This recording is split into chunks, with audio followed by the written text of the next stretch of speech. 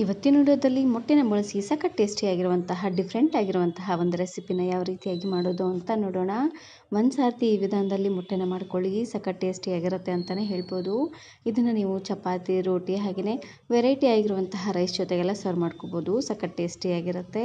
ಹಾಗಾದರೆ ಬನ್ನಿ ತಡ ಮಾಡದೆ ರೆಸಿಪಿನ ಶುರು ಮಾಡೋಣ. ಇದನ್ನು ಮಾಡಲಿಕ್ಕೆ ಮೊದಲು ನಾನಿಲ್ಲಿ ಒಂದು ಪ್ಯಾನ್ಗೆ ಸ್ವಲ್ಪ ಎಣ್ಣೆನ ಹಾಕ್ಕೊಳ್ತಾ ಇದ್ದೀನಿ. ಒಂದು 5-6 ಚಮಚ ಆಗುವಷ್ಟು ಎಣ್ಣೆನ ಹಾಕ್ಕೊಂಡ್ರೆ ಸಾಕಾಗುತ್ತೆ. ಎಣ್ಣೆ ಸ್ವಲ್ಪ ಬಿಸಿ ಆದಮೇಲೆ 1 ಚಮಚ ಆಗುವಷ್ಟು ಜೀರಿಗೆನ ಹಾಕ್ಕೊಳ್ತಾ ಇದ್ದೀನಿ. ಇದಕ್ಕೆ ಜೀರಿಗೆ ಮಾತ್ರ ಹಾಕ್ಕೊಂಡ್ರೆ ಸಾಕಾಗುತ್ತೆ. ಸಾಸಿವೆ ಹಾಕ್ಕೊಂಡ್ರೆ ಅಷ್ಟೊಂದು ರುಚಿಯಾಗಿ ಬರೋದಿಲ್ಲ. ಇವಾಗ ಜೀರಿಗೆ ಎಲ್ಲ ಸ್ವಲ್ಪ ಸಿಡಿಯೋವರೆಗೂ ಲೋ ಫ್ಲೇಮ್ನಲ್ಲೇ ಇಟ್ಟು ಫ್ರೈ ಮಾಡ್ಕೊಂಡು ತಗೊಳ್ಬೇಕು. ನೋಡಿ, ಜೀರಿಗೆ ಎಲ್ಲ ಚೆನ್ನಾಗಿ ಎಣ್ಣೆಲೆ ಸಿಡಿದಾದ್ಮೇಲೆ ಇವಾಗ ನಾನಿಲ್ಲಿ ಮೀಡಿಯಮ್ ಸೈಜಿನ 3 ಈರುಳ್ಳಿನ ಈ ರೀತಿಯಾಗಿ ಸಣ್ಣದಾಗಿ ಕಟ್ ಮಾಡಿ ಹಾಕ್ಕೊಳ್ತಾ ಇದ್ದೀನಿ. ಇದಕ್ಕೆ ಮೇನಾಗಿ ಈರುಳ್ಳಿನ ಪೂರ್ತಿ ಸಣ್ಣದಾಗಿ ಕಟ್ ಮಾಡಿ ಹಾಕ್ಕೊಳ್ಬೇಕು. ಹಾಗೆಯೇ ಈರುಳ್ಳಿನ ಸ್ವಲ್ಪ ಜಾಸ್ತಿ ನಮಗೇನೆ ಹಾಕ್ಕೊಳ್ಬೇಕು, ಚೆನ್ನಾಗಿರುತ್ತೆ. ಇವಾಗ ಈರುಳ್ಳಿ ಎಲ್ಲ ಪೂರ್ತಿ ಸಾಫ್ಟ್ ಆಗೋವರೆಗೂ ಉರಿನ ಪೂರ್ತಿಯಾಗಿ ಲೋ ಫ್ಲೇಮ್ನಲ್ಲೇ ಇಟ್ಟು ಫ್ರೈ ಮಾಡ್ಕೊಂಡು ತಗೊಳ್ಬೇಕು. ಇದು ಪೂರ್ತಿ ಕೆಂಪದಾಗೇನೂ ಬೇಡ, ಸ್ವಲ್ಪ ಕಲರ್ ಚೇಂಜ್ ಆಗೋವರೆಗೂ ಫ್ರೈ ಮಾಡಿಕೊಂಡ್ರೆ ಸಾಕಾಗುತ್ತೆ. ನಾನು ಮೊಟ್ಟೆನ ಬಳಸಿ ಇದೇ ರೀತಿ ಬಹಳಷ್ಟು ವೆರೈಟಿ ಆಗಿರುವಂತಹ ರೆಸಿಪೀಸ್ನ ಅಪ್ಲೋಡ್ ಮಾಡಿದ್ದೀನಿ.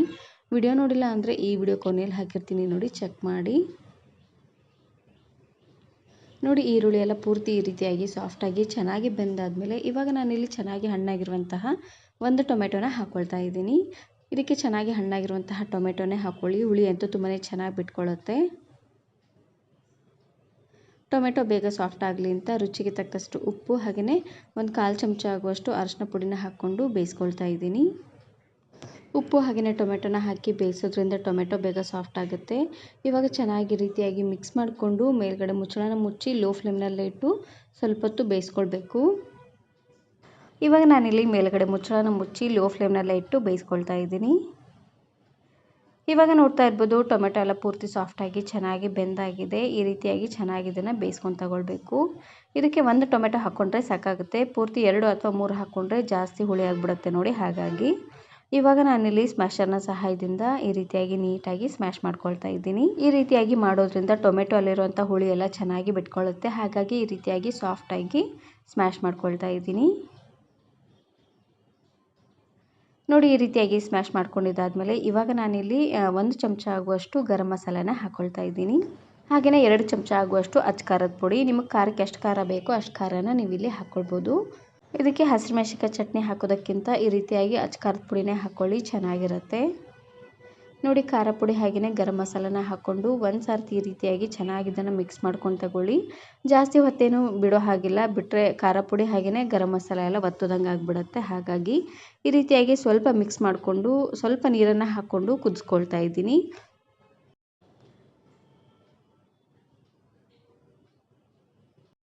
ಟೀ ಕುಡಿಯೋಂಥ ಕಪ್ಪಲ್ಲಿ 1 ಕಪ್ ಆಗುವಷ್ಟು ನೀರನ್ನು ಹಾಕ್ಕೊಂಡು ಒಂದು ಸಾರ್ತಿ ಈ ರೀತಿಯಾಗಿ ಚೆನ್ನಾಗಿ ಇದನ್ನು ಮಿಕ್ಸ್ ಮಾಡಿಕೊಂಡು ಉರಿನ ಪೂರ್ತಿಯಾಗಿ ಲೋ ಫ್ಲೇಮ್ನಲ್ಲೇ ಇಟ್ಟು ಕುದಿಸ್ಕೊಂಡು ತಗೊಳ್ಳಿ.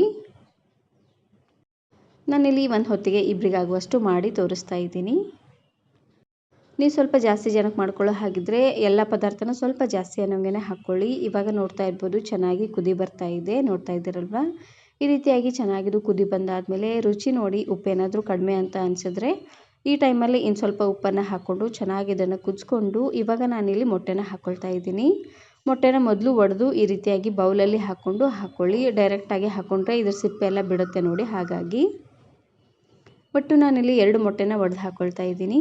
ಮೊಟ್ಟೆನ ಹಾಕುವಾಗ ಉರಿನ ಪೂರ್ತಿಯಾಗಿ ಲೋ ಫ್ಲೇಮ್ನಲ್ಲೇ ಇಟ್ಟು ಮೊಟ್ಟೆನ ಹಾಕ್ಕೊಳ್ಳಿ, ಇಲ್ಲಾಂದರೆ ಪ್ಯಾನ್ ತುಂಬ ಸ್ಪ್ರೆಡ್ ಆಗಿಬಿಡುತ್ತೆ ನೋಡಿ. ಹಾಗಾಗಿ ನಿಧಾನಕ್ಕೆ ಈ ರೀತಿಯಾಗಿ ಹಾಕ್ಕೊಂಡು ಇವಾಗ ನಾನಿಲ್ಲಿ ಮೇಲ್ಗಡೆ ಮುಚ್ಚಳನ ಮುಚ್ಚಿ ಮತ್ತೆ ಇದನ್ನು ಲೋ ಫ್ಲೇಮ್ನಲ್ಲೇ ಇಟ್ಟು ಕುದಿಸ್ಕೊಳ್ತಾ ಇದ್ದೀನಿ.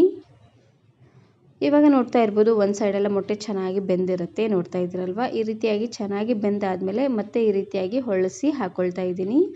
ಆದಷ್ಟು ಲೋ ಫ್ಲೇಮ್ನಲ್ಲೇ ಇಟ್ಟು ಹಾಕ್ಕೊಂಡು ಮಾಡ್ಕೊಳ್ಬೇಕು, ಇಲ್ಲಾಂದರೆ ಪೂರ್ತಿ ಪ್ಯಾನ್ ತುಂಬ ಸ್ಪ್ರೆಡ್ ಆಗುತ್ತೆ ನೋಡಿ. ಹಾಗಾಗಿ ನೋಡಿ, ನಿಧಾನಕ್ಕೆ ಈ ರೀತಿಯಾಗಿ ಹೊಳಿಸಿ ಮತ್ತೆ ಉರಿನ ಪೂರ್ತಿಯಾಗಿ ಲೋ ಫ್ಲೇಮ್ನಲ್ಲೇ ಇಟ್ಟು ಬೇಯಿಸ್ಕೊಳ್ಬೇಕು. ಒಂದು 2 ನಿಮಿಷವರೆಗೂ ಬೇಯಿಸ್ಕೊಂಡ್ರೆ ಸಾಕಾಗುತ್ತೆ. ಇದನ್ನು ನೀವು ಚಪಾತಿ, ರೋಟಿ ಹಾಗೆಯೇ ಕುಲ್ಚಾ ಜೊತೆಗೆಲ್ಲ ಸರ್ವ್ ಮಾಡ್ಕೊಳ್ಬೋದು. ಇಲ್ಲಾಂದರೆ ಸಿಂಪಲ್ಲಾಗಿ ಅನ್ನ ರಸಮು ಅಥವಾ ಅನ್ನ ಸಾಂಬಾರು ಇದ್ದರೆ ಅದ್ರ ಜೊತೆಗೆ ಸೈಡ್ ಡಿಶ್ ಆಗಿ ಮಾಡ್ಕೊಳ್ಳಿ, ಸಖತ್ ಟೇಸ್ಟಿಯಾಗಿರುತ್ತೆ. ಮತ್ತು ಇವಾಗ ಉರಿನ ಪೂರ್ತಿಯಾಗಿ ಲೋ ಫ್ಲೇಮ್ನಲ್ಲೇ ಇಟ್ಟು ಮೊಟ್ಟೆ ಎಲ್ಲ ಚೆನ್ನಾಗಿ ಬೇಯೋವರೆಗೂ ಬೇಯಿಸ್ಕೊಳ್ತಾ ಇದ್ದೀನಿ. ಇವಾಗ ನೋಡ್ತಾ ಇರ್ಬೋದು ಮೊಟ್ಟೆ ಎಲ್ಲ ಚೆನ್ನಾಗಿ ಬೆಂದಾಗಿದೆ. ಮೇಲ್ಗಡೆ ನಾನಿಲ್ಲಿ ಸಣ್ಣದಾಗಿ ಕಟ್ ಮಾಡಿರುವಂತಹ ಕೊತ್ತಂಬರಿ ಸೊಪ್ಪನ್ನು ಹಾಕ್ಕೊಂಡು ಗ್ಯಾಸನ್ನು ಆಫ್ ಮಾಡಿದ್ರೆ ಆಯಿತು. ಸಖತ್ ಟೇಸ್ಟಿಯಾಗಿರುವಂತಹ ಒಂದು ಮೊಟ್ಟೆ ರೆಸಿಪಿ ರೆಡಿ ಆಗೋಗ್ಬಿಡತ್ತೆ.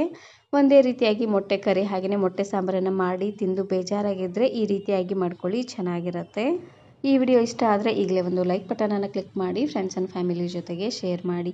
ಹಾಗೆಯೇ ಮತ್ತಷ್ಟು ಹೊಸ ರೆಸಿಪಿಗಾಗಿ ವರ್ಣಿಕಾ ಅಡುಗೆ ಮನೆ ಯೂಟ್ಯೂಬ್ ಚಾನಲನ್ನು ಸಬ್ಸ್ಕ್ರೈಬ್ ಮಾಡ್ಕೊಳ್ಳಿ. Thank you. Thanks for watching.